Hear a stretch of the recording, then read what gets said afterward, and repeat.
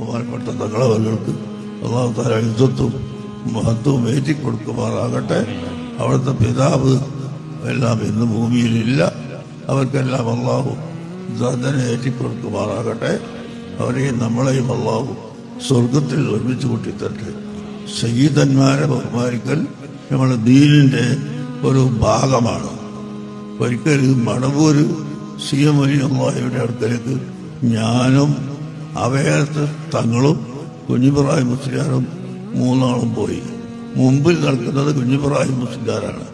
അപ്പോൾ അവിടെ ചെന്ന് സലാം പറഞ്ഞ് മടക്കിയ ഉടനെ തന്നെ ഒരൊറ്റ ചോദ്യം, എന്താ കുഞ്ഞിബ്രാഹിം മുസ്ലിയാരെ, തങ്ങളെ നിങ്ങൾ പിന്നിലാക്കി നടക്കുകയാണോ?